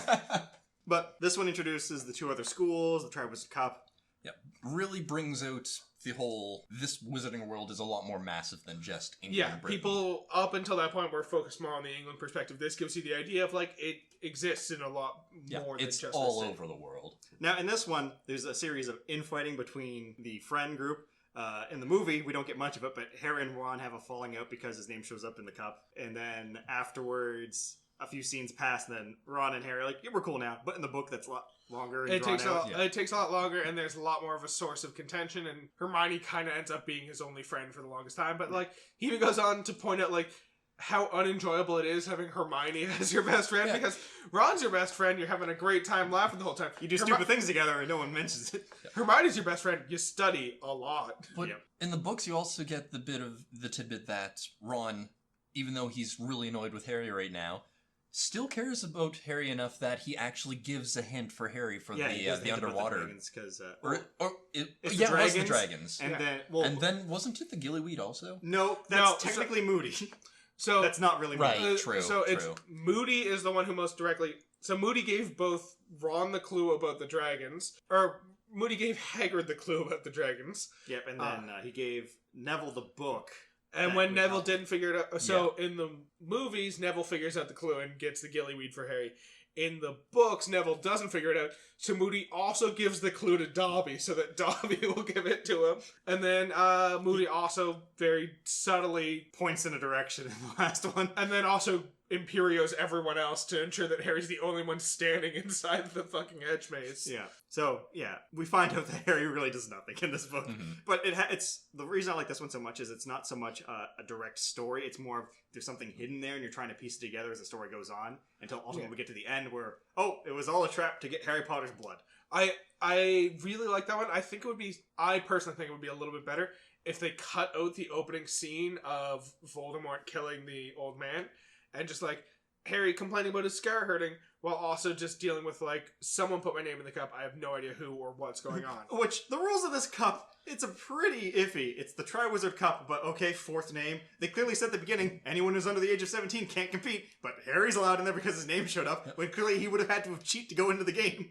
And also, like, once his name's in there, he has to participate. There's no option to get out of it. There's even, like, in theory, why not, if he has to participate, why not have him start every event and immediately be like, I forfeit, and just, like, walk away? Yeah. Why is that not an option as well? Just stop competing. Yeah. For example, the Ron situation, I feel like the Ron argument would have ended completely if the first challenge starts and he's like, I forfeit, and just leaves. So, oh, he didn't put his name in there. Someone else must have. I'm honestly surprised that, like, Harry defeating the dragon didn't somehow make Ron more passionate about the fact that Harry was lying. Because he's like, oh, you said you didn't want to be in here, but clearly you've been practicing to fight a dragon, and now everyone loves you even more than they Why used didn't you to. let the dragon just eat you, Harry? God damn it, Harry! Oh, God. So yes, that one I really liked. It was another one of those situations where, like, they cut out a fair bit from the books, but not, like, as egregious. The biggest complaint I have is, like, the maze was this huge fucking, like, puzzle in the books. Solved where, in like, about 15 minutes. and there's a whole bunch of, like, different shit going on beyond just, like, the competitors running around. In the fucking books, it's just like, ooh, it's a spooky hedge maze. And also there's wind, I guess, sometimes. But mostly it's just Crumb going around killing people because Crumb is Imperioed. Does he actually kill anyone, though? No, he just knocks Fleur unconscious. And then Harry shoots off the... Oh. Well, he tries to kill Fleur by, like, feeding her to the evil hedge maze. Yeah. And then Harry saves Fleur's life and then tries to send off flares. Although, Cedric and Harry looks like they kill Crumb. Because in the movie thing, they just kind of hit him with it, and then the hedge maze shuts on him. It's like, oh, Crumb's dead. Yep. But he does show up at the end, so I guess not. Yeah. Only Cedric died. So then we move on to book 5, which most people agree is the worst of the books, The Order of the Phoenix. It does a lot for setting up the world, and it's a very important book in the series, I would argue. Oh, definitely. That's the issue, right? But, like, oh god. First of all, my biggest complaint when I was reading it as a kid was just, like, how long it takes for fucking anything to happen in that book. Like, the first 7 chapters, they don't even acknowledge that Hogwarts is a thing that exists, and it's just Harry being angsty about the fact that his friends aren't talking to him, and then he hangs out with them, and they start talking to him and explaining why they couldn't talk to him, and he just gets even more angsty as a part of it, and then we get into fucking... it goes through the books, and it's just Harry being an angsty piece of shit for an entire book, and no one likes him. I hate it. It's so bad. Yeah, and then there's a whole plot, like, Dumbledore won't talk to him, and he's like, why won't Dumbledore love me? Why don't you love me? Or what was it, at the beginning, where the Dementors attack, too, and he ends up on trial for using spells in front of Muggles. Yeah. He clearly saved a Muggle's life. But he used the see, spell. Yeah, he was unconscious when he cast that spell, The Muggle too. knows that he's a wizard, but he used a spell in front of a Muggle. That's true, the one that knows he's a wizard. Yeah, you cast Expecto Patronum in front of a Muggle while a Muggle was present. It's like, first of all, Expecto Patronum is the kind of spell that has exactly one use, and that's fighting a Dementor, which is the kind of situation when or showing someone where a sword is. Yeah. Which is the kind of spell that you're allowed to cast if it's to save you or the Muggle's life. 2, the Muggle was his cousin who was aware of the fact that he was a wizard. Oh, it makes me so mad. Now, I do agree. Order of the Phoenix is probably, for entertainment's sake, the weakest of the books, but the most important. Most important plot-wise. But, at the same time, there's an issue I have that's even bigger with this, which becomes so much more apparent in this book. Arthur Weasley and his job. Because we get sprinklings throughout of like, oh, what does a rubber duck do? And all that stuff. But I just feel like Arthur Weasley has no understanding of what simple things should do. You're wizards. You're not a different species entirely. Yeah. You know what a car is. You can't tell what a rubber duck is. You don't know how to use a train station. How are people this confused by this stuff? It's like he signed up to join the Ministry, or applied to join the Ministry. The Ministry's like, okay, we like his skills, we can use those skills, but we have no jobs that he can do. Let's find something to keep his mind on something. So I actually have a bit of a fan theory with regards to this, which is that Arthur Weasley didn't actually start off in the Muggle studies or whatever, like the Muggle artifacts, misuse of Muggle artifacts department. Initially what Arthur started as was just like a generic Ministry employee working his way up the ranks. However, the fan theory essentially states that when Arthur first joined the Ministry was also around the time that Voldemort was first rising to power. And so Arthur was one of many young kind of employees of the Ministry who got imperioed by members of Voldemort's inner circle into doing nefarious things. Arthur managed to get off scot-free for his crimes because of the fact that he was imperioed. However, him kind of having this taint on his record kind of got him shoved off of his original career track into this misuse of Muggle artifacts department, which no one fucking cares about, clearly. Yeah. In fact, I suspect he was probably originally going to be an Auror because he's still ever so slightly involved with the Auror's department. It also explains why he has such, like, a strong distaste or distrust of Lucius Malfoy. Because Lucius Malfoy was an accused Death Eater who got off the claims by claiming he was imperioed. And Arthur probably knows he wasn't actually imperioed. And the fact that someone else is using the actual thing that happened to him as an excuse for why they did the things they did. That makes a lot of sense. Also, fun fact, Lucius also kind of just gets 100% outed in this movie, but no one really does anything about it. Yeah, because Harry's like, Voldemort's not back, you're joking. Yeah, Harry's like, hey, Voldemort's back, these are the people that are with them. And the Ministry of Magic's like, you know what? Fuck you real bad. Also, fuck Dumbledore. Also, fuck Dumbledore. Hey, those people that, like, the boy who lived just told me were evil, get closer to me. I want more of you involved in my life more times, because clearly you also agree, fuck this kid. Also, just to show you how much I really mean to fuck you, I'm sending Umbridge. Yeah, so then we get into... You cannot trust a woman with that many cat photos. Go from book 5 into book 6. Book 6 is kind of where we start finding out about Harry's actual fight against Voldemort. It's where we first discover what Horcruxes. It takes a long time, but we figure out exactly how many there are. There's also this whole behind the scenes of, is Malfoy a Death Eater? What's going on with regards to that? Now, there's actually something else I want to mention about Order of the Phoenix that I had a problem with. Dumbledore's army. I'm fine with the concept, and I do know the name ends up saving their ass later, but I still think that's the stupidest thing ever, to name yourself as Dumbledore's army and have a list about it. That only goes one way when they're doing such a witch hunt in that situation. It's because they put Harry in charge of it. Well, no. Hermione comes up with the name. Right. I think it's actually Ginny who comes up with the name, because Hermione says we should just name ourselves DA, as in Defense Against the Dark Arts, because that's what they're planning on studying together. And Ginny's like, yeah, but instead of calling ourselves DA, let's have DA stand for Dumbledore's Army, because that's what they're all afraid that we're going to do. Ginny's the one who causes all these fucking problems. Also, if you want to get away with something, you don't name it that thing. You're like, oh, it's the Dueling Club, or the Tea Party Club, or something like that. Oh, everyone's afraid that we're gonna start murdering hobos, so let's call our club the Hobo Murdering Club. That's not gonna piss anyone off or get us some more scrutinization on us. Yeah. Yeah, why don't they just name themselves like the fucking Tea Party Club and then go to Umbridge and be like, hey, we're forming a Tea Party Club. Cool? And she's like, yeah, cool. Until the rule comes in that no clubs. Yeah, until the rule comes in that no clubs. Also, one of the rules is literally Umbridge is now the headmaster. That's not a rule. That's a change of management. Yeah. So, we go through that. Book 6, it's Malfoy's up to something. Harry thinks he's a Death Eater. No one else fucking believes him. Also, I just want to give credit to Slughorn's murder house. Yes. That was phenomenal. Him, like, very quickly whipping a muggle home into a place where he got murdered. No one will look for me now. Yeah. No one will look for me if they think I'm dead. So we go from that 6, fascinating story-wise. It's not super fascinating. Like, it's not the most exciting movie to watch. All right. This is definitely the ramp-up. Yeah, it's the kind of preamble to Book 7. Oh yeah, and before we get on any further, I just want to go back to Umbridge for a moment. Harry also came really close to killing Umbridge, luring her out into the Forbidden Forest. Oh, he tried to get her killed by knowing that getting her taught by centaurs. Although also that was once again not Harry. That was Hermione's plan through and through. Yeah. She was walking through loudly trying to get the centaur's attention so they could fucking kill her. But Harry was all right with that. Hey, I was going to say, I don't think Harry would have opposed if he knew that was the plan. Oh, no, Harry would have been fully on board, but that was 100% Hermione's plan, and she was not telling Harry. If that situation played out a bit differently, I could see Harry's like, hey, that's a cool bow. Can I use that for... Oh, here, let me see that. And one right through the Temple of Umbridge. You see, I couldn't have killed her. I don't use muggle weapons. I use my wand. Also, why has no one ever used a gun in Harry Potter? Well, partially because of the time period it takes place, but also, I don't know. Guns were definitely a thing in the 90s. Yeah, they just weren't as prevalent of a thing.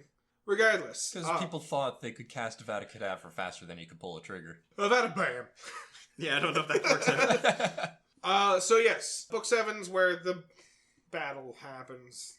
Harry spends the first 3 quarters of the book hunting down Horcruxes, destroying them, and then doing the one-on-one battles with Tom. This is where I feel there was a detriment in the last book that kind of caused it to feel that way, where it was like so slow and boring for a good chunk, is the fact that they saved half the Horcruxes for the last book. Yeah. They got rid of 2 before the last book. They could have easily, he has 7 Horcruxes, and there are 7 books. They could have easily gotten rid of, 3 of them in the first book, just to, cut down the time in the last book. Have 2 of them get rid of in the final battle, like they did Nagini and Harry Potter. And then they only have to get rid of 2 in the first half of that book, instead of the fucking 3 of the slog that they go through. Yeah, and I'm even fine with the aspect of there's a Horcrux hidden in the school. Yeah. Nagini is also a Horcrux. It's just there in the fight as well. And then obviously Harry himself and Voldemort have to die. So having those, technically 3 for the last book, I'm perfectly fine with.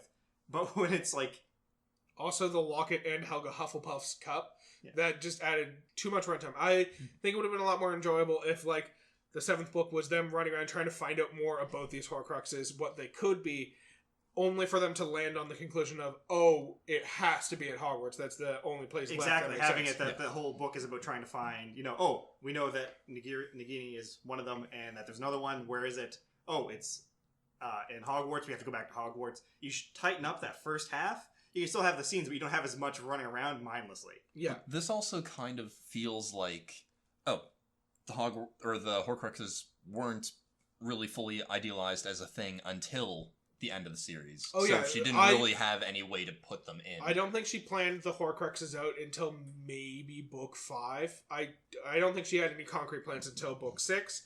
I think she retroactively went back and was like, oh, the book, yeah, I'm going to make that one of the Horcruxes just to save myself. It fits really well, and I don't want to say she made everything up, because there's a lot of cool things that kind of give nods and hints towards things. Yeah, she probably had For example, ideas. One of the cool things that a lot of people overlook is that when they're in the Ministry looking for the prophecy, it's not Harry that finds the prophecy. It's Neville that finds the prophecy, and Harry is there with him. So the whole idea that people think, oh, it's Harry, but Neville's the one to find it, and you need the person that's the prophecy's about to essentially find the prophecy about them. Because at the time, the prophecy was absolutely about Voldemort, and either about Harry or about Neville. It could have fit either one of them, and Voldemort just chose to make it about Harry. That one was really fascinating to me. There's also, other things that were clear signs she had planned some stuff out. If you watch her original sketches of the Hogwarts grounds, there's 2, key details on there. Before she had written any of the books, she had, sketches of what Hogwarts would look like. She had drawn in the Whomping Willow before she had written anything about the book, so she clearly had at least some part of the story planned around the Whomping Willow.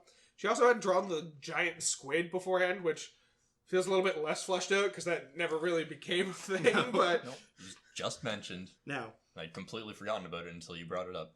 On top of this, there's a few other good moments I find, but also some confusing ones when it comes to the Hollows. For one, obviously it's supposed to be a big emotional scene of Hermione wiping her parents' memory.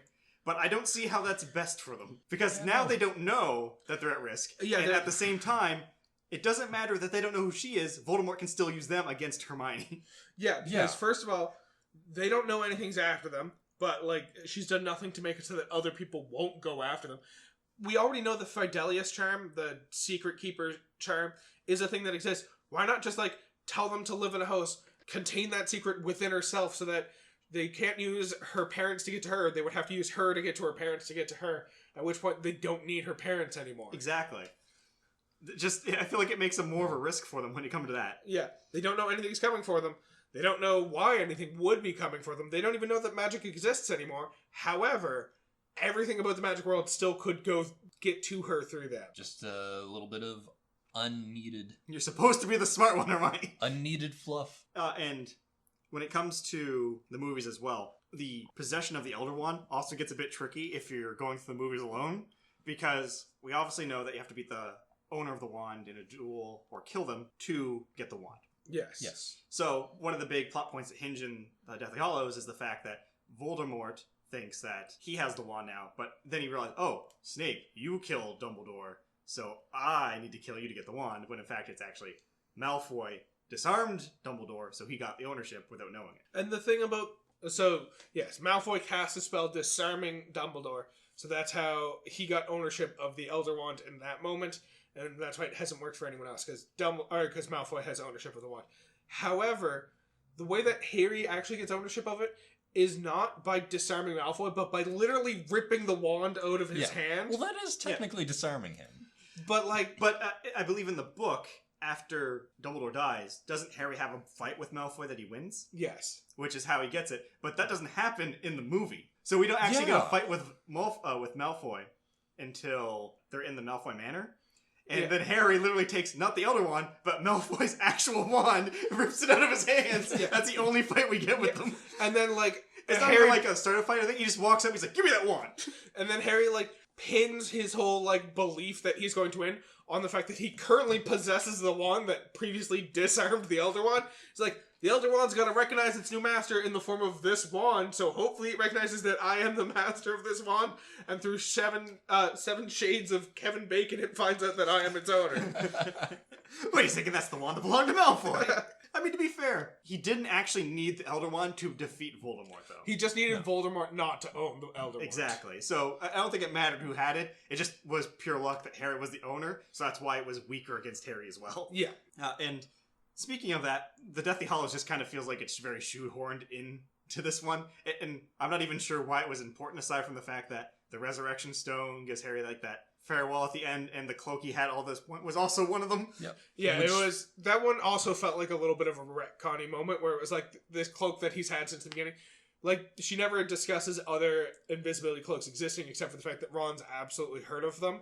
And then, like, we're meeting with Xenophilia's Lovegood, and he's like, but you know that this would be the real Cloak of Invisibility, because while those are relatively common, here are all these details about invisibility cloaks that we all know and accept to be true that wouldn't possibly be accurate for this new one. Regular invisibility cloaks, they lose their effectiveness over a short period of time.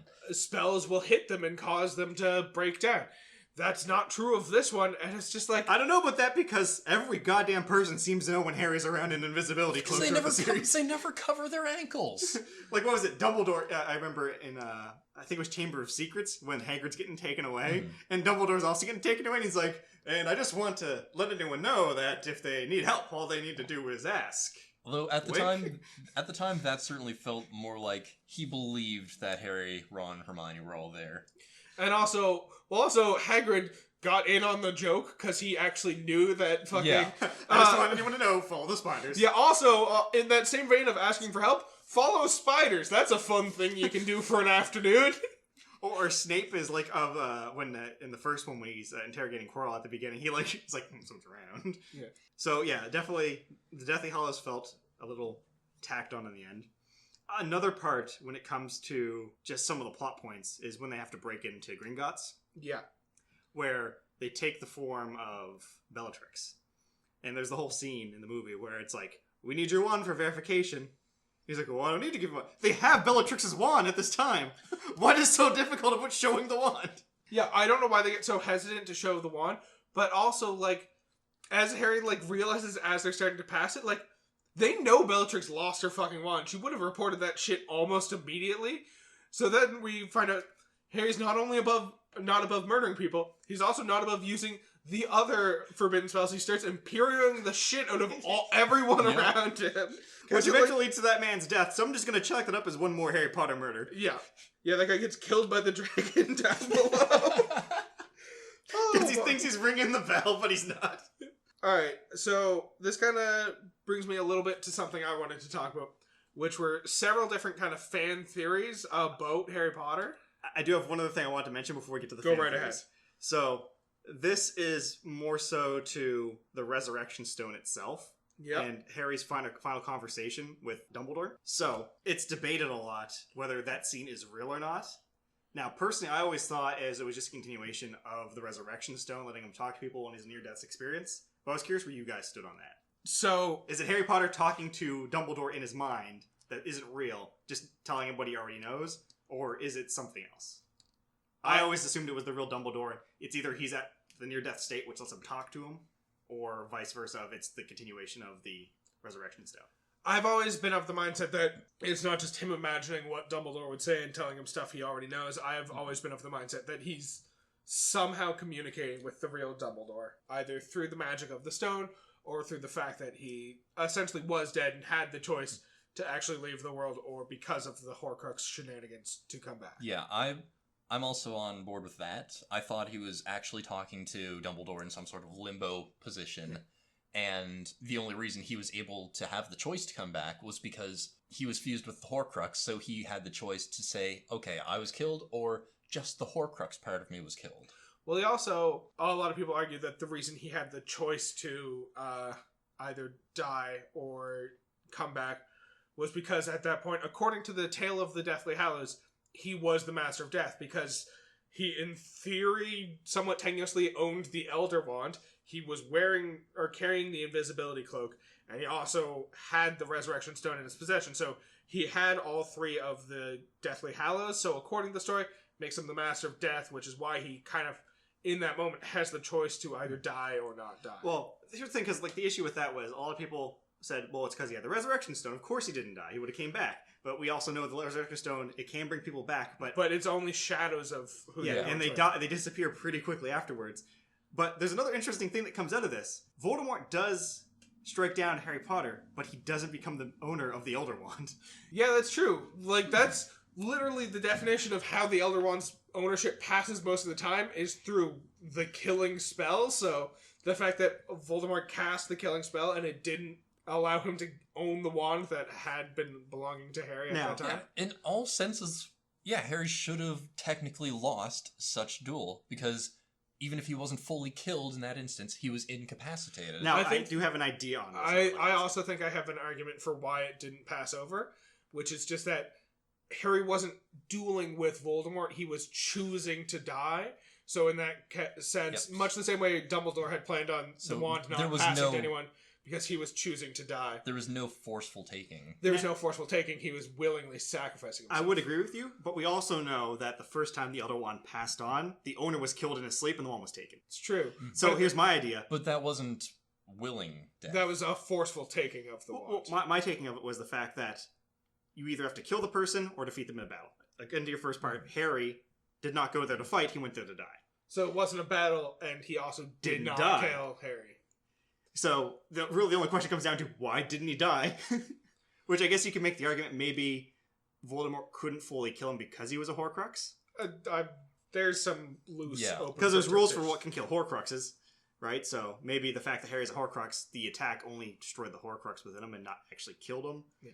But at the same time, we also know that there's a magic fire spell that can kill Horcruxes for some reason, even though it doesn't make sense.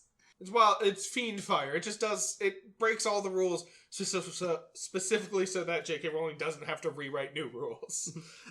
Honestly, that's one of the things I think a change they made in the movie was better than how the book did it. Because in the movie, they had to go back into the Chamber of Secrets to get the Basilisk Fang. Yes. Because they needed specific things to destroy them. And that actually gave Ron and Hermione something to do in the final battle, as opposed to just kind of running around. They actually had to get the weapon to defeat the Horcruxes, instead of just having Horcruxes just get destroyed in fire. So, fan theories now. Yep. We're all on board. This is happening. Okay. Now tell me about the Ron one that I know exactly what you're going to mention. Yes, you know the Ron one already. I actually have 8 of them here. Oh, We've God. already touched on one of them, which was my Arthur Weasley was in period. Yeah. So the next one, the Ron one, this one has mostly been debunked by the books, because this one originally came out just after, or it started around the time of like the second book, and only became more and more popular. As soon as Time Turners just fucked everything up. Yeah. And only became more and more popular until the 7th book, when it was thoroughly debunked by the 7th book, but it's still a delightful theory, which is that Ron is actually Dumbledore. So Ron, over the course of the story, kind of fights through everything, ends up going back in time and living the life of Dumbledore as a professor. So he goes back in time, applies as a professor at the school. That's why he seems to know, or why Dumbledore seems to know a lot of the stuff that's going on and how things break down.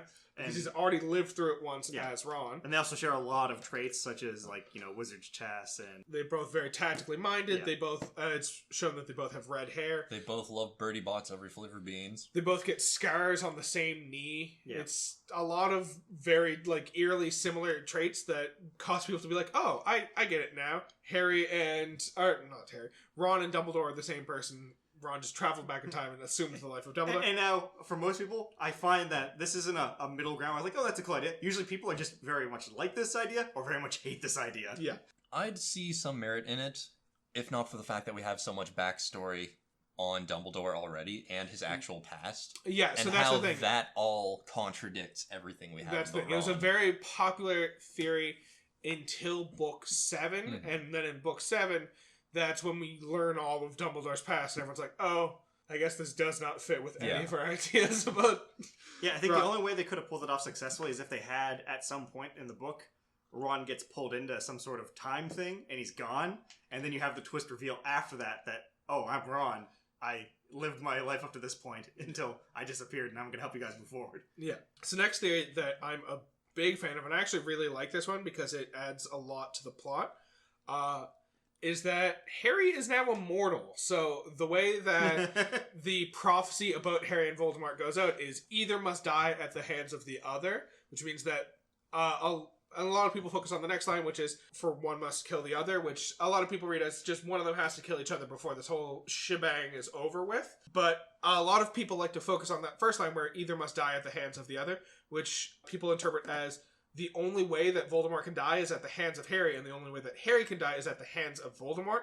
So the moment Voldemort dies, Harry's now immortal and cannot die, which adds a huge amount to the kind of choice that Harry makes to defeat Voldemort, because it's shown repeatedly that the people Harry cares most about and wants to be with most are all dead, and Harry can't be with them unless he dies as well. So choosing to be immortal means he's also losing out on his time with them as well. When all of his friends and family start to die, he's also still going to continue to live and not be able to take any time away from them. Now, the cool thing about that is it kind of touches base in where I thought the story was going at the end there initially, where Harry ends up going down because Voldemort kills him, and then the twist is, oh, Harry's still alive.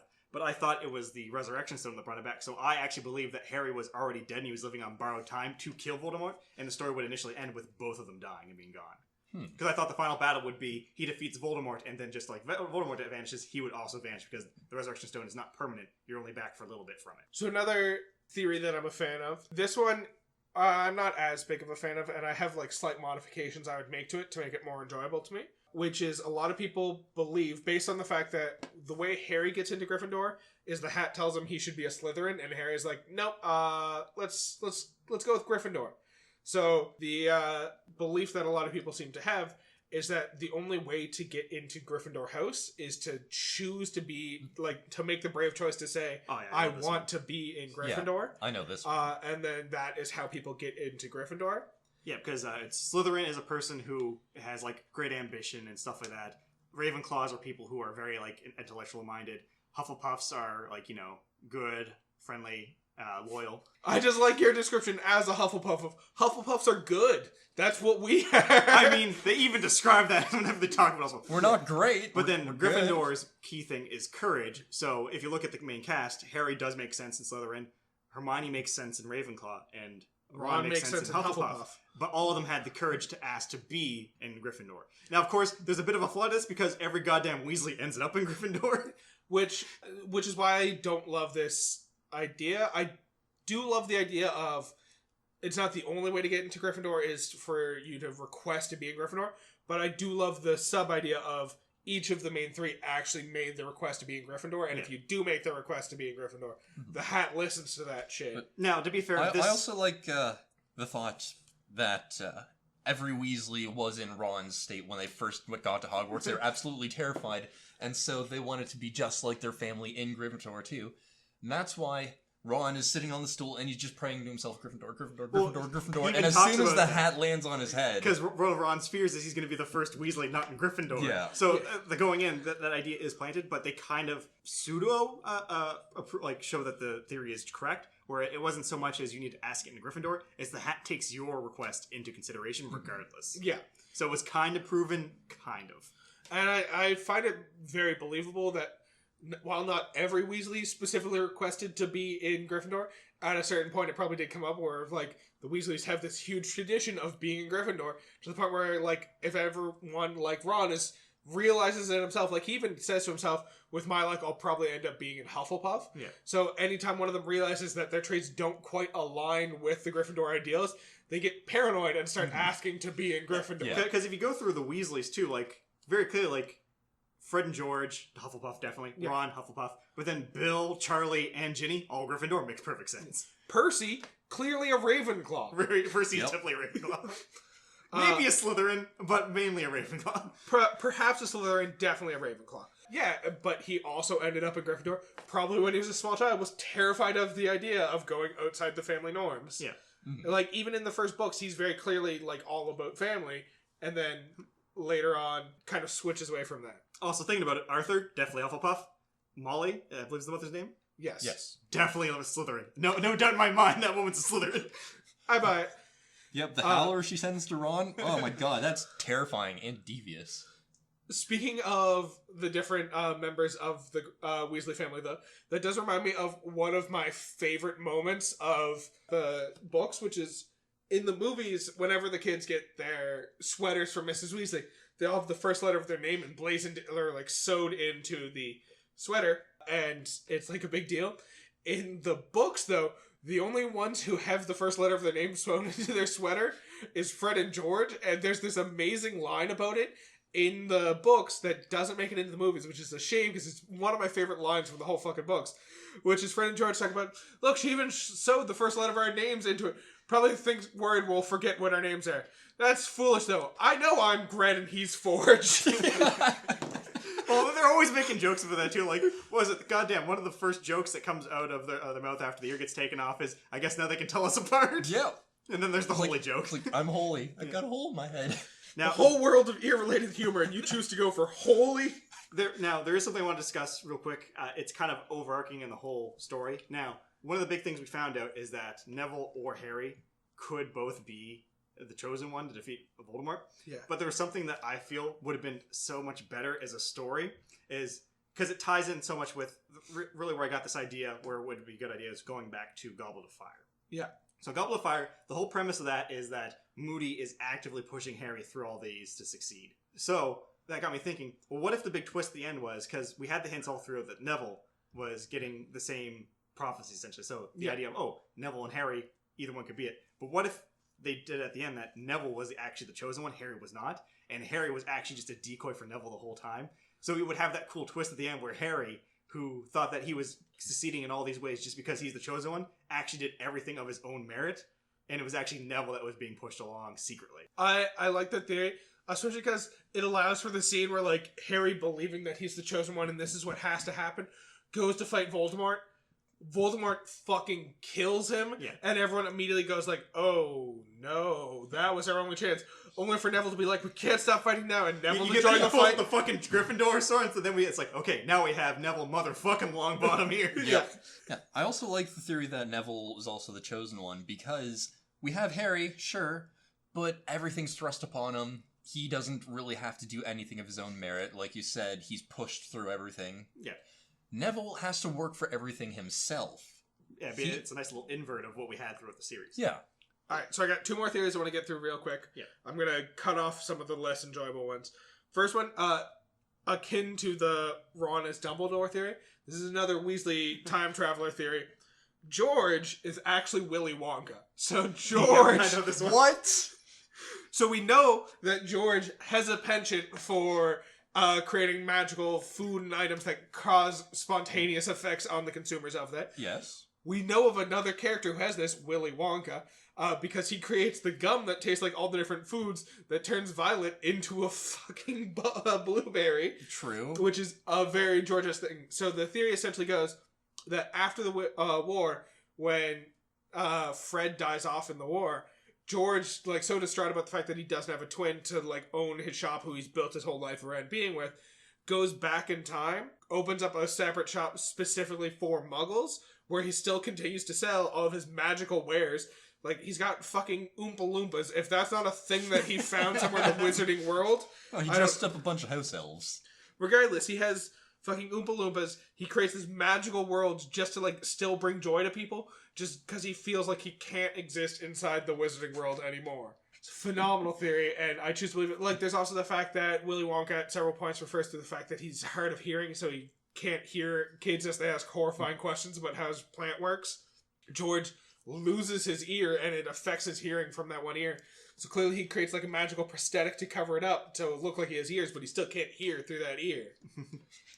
Second theory that I fucking love is that it's the whole statute of secrecy idea, which is the statute of secrecy exists in this world. Wizards aren't allowed to oat the idea of wizarding kind to Muggles, and they take every step possible to ensure that the Muggles don't find out that wizards exist. And that's always irked a lot of people. It's like, why do they care so much if Muggles know whether or not they exist? Also, why aren't wizards in more places of power? Like, one of the arguments we get is like, oh, if Muggles understood that wizards exist, they would want, like, magical solutions to all of life's problems. Which, honestly, if you can use magic to solve all of life's problems, why the fuck don't you? Why are you encouraging people to suffer without magic? Especially when, like, it's proven throughout the books that, like, a lot of the problems that plague Muggles are actually just wizards fucking with them. So, like, if wizards are going to be the cause of a lot of their problems, why don't they also act as the solution? And not all Muggles are ignorant also, because, like, parents of wizards who go to the wizarding schools, and there's, like, the Prime Minister. Yes, the Prime Minister knows about this, because the Minister of Magic is actually technically his subordinate, who has to report to him on all things going on. So, the great thing about this theory is it kind of explains all that away in that long ago, before the time of the books, there was a huge war between wizards and Muggles that the Muggles actually won, and that is why the wizards are going into hiding, is because they know if they come out again, the Muggles will just team up again and kick the shit out of the Well, that's wizards. because if we learned anything from Arthur, they don't have any idea what the fucking Muggle stuff does. Like, what is that? It makes a loud boom sound and explodes. That's why they don't use guns. We even have, like, proof of some of this stuff, because, like, wizards clearly used to be way more powerful. Like, the founders of Hogwarts did magic that no one else understands. Yeah. Fucking Merlin is a character who exists in this world who they're constantly talking about him being one Merlin's saggy left testicle. Merlin's beard, Order of Merlin, like, all these references to Merlin being one of the greatest wizards of all time. No one like his caliber anymore. That's because there was fucking crusades and inquisitions where, like, fucking Muggles killed off the most powerful wizards. And now that bloodline has just dried up, so there's no one of that caliber anymore, because they killed off it. Essentially, the way it works is magic is passed down genetically, which is kind of shown through the fact that if two wizards have a kid, they're much more likely to have a wizard than if two Muggles have a kid. So, by killing off these most powerful bloodlines, they've weakened wizards to the point where, like, if wizards rise up again, wizarding power has gone down over time, whereas Muggle technology has created the fucking atom bomb, and they will wipe wizards off the face of the earth if they try anything. I actually really like that theory, because it also gives Voldemort more of a motive to do what he's actually doing. Yeah, Voldemort and Grindelwald are both given a lot more explanation, because they believe that the natural order is wizards on top, and they know that wizards have tried before and failed, which is why they want to unite all of wizards and get them all on the same page so that they can do it right this time. And get rid of Muggles before the Muggles can get rid of them. Exactly. And then, like, the fun little thing that Voldemort's father is actually Muggle. Yeah. Mm-hmm. Now, there's a series on YouTube called How It Should Have Ended. I just want to briefly talk about it. And they had How It Should Have Ended for Deathly Hallows, because it addresses my biggest issue with Deathly Hallows, and that is Snape. Snape is the potions professor, triple agent, and he didn't account for fucking snake venom. Yeah. He should have known. He should have, like, if it was someone else who didn't have anything to do with potions and antidotes, I'd be like, okay, it's probably a difficult thing to make, but he knew. And he was a servant of Voldemort. He knew Voldemort had a snake. That he constantly kills people with. Yes. To be fair, we're given examples in book The Order of the Phoenix that Nagini has a very peculiar type of poison where, like, even having a deep understanding of the fact that it was Nagini who bit into Arthur Weasley, they still have no idea how to cure it, and it takes, like, a long fucking time for them to cure Weasley. Even though, like, they managed to get it so that he doesn't die because he's not losing blood anymore, they still can't make the holes in his arm and chest go away. Yeah. So clearly Nagini's got some special properties. There's also the fact that Nagini's a Horcrux, so her poison probably is beyond the capabilities of normal snake's venom. So I think the idea of, like, an anti-venom for this very unique situation is probably a little bit difficult, but yes, Snape probably should have had something prepared to survive. Unless I'm going to sit here and cry and go take my tears to like, Dumbledore's memory fountain. It's like, Dumbledore saved me from my dark history. I want to be with him in my dying days. I don't think it was Dumbledore he wanted to be with. No. I think he wanted to get some of that sweet, sweet Potter puss. Or Evans Puss, if you prefer her maiden name. Oh, I thought you were talking about Harry Potter. To clarify, I'm not talking about the child. Alright, is there anything else you guys wanted to discuss about Harry Potter today? Not after that. No, I think you think that was a perfect ending point? I think, well, not perfect, but it's certainly a closure. Ideal. I'd call it more of an opening, but whatever. Alright. Well, thank you for listening through that, I guess. I should like that joke, but... It was right up your alley, man.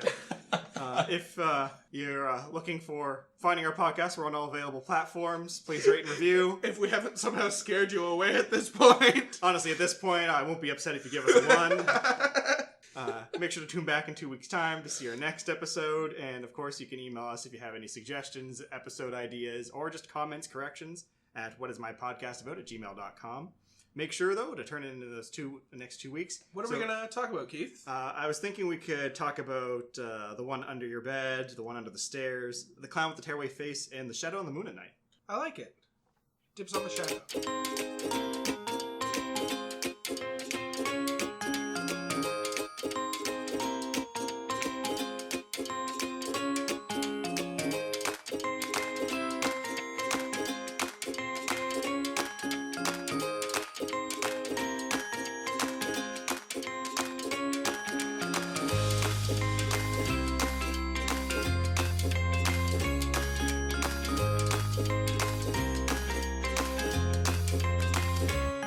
Maybe you should get better aunts and uncles like you piece of shit.